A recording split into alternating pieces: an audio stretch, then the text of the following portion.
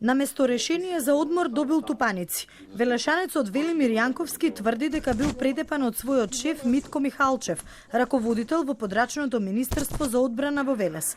Инцидентот се случил вчера во канцеларијата на раководителот, кога Јанковски влегол да го праша за годишниот одмор.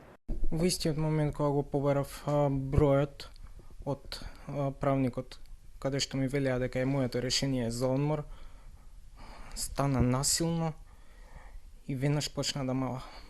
Тепаниот Јанковски го снимил инцидентот. Вели дека при секое влегување кај неговиот претпоставен го вклучувал телефонот и снимал, плашејќи се за својата безбедност. Немаш број жен нешто, да ми број жен нешто.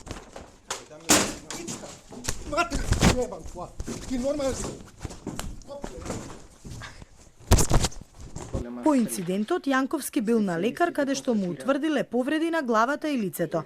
Поради сериозноста на обвинувањата, екипа на 24 вести стапи во директен личен контакт со раководителот Михалчев.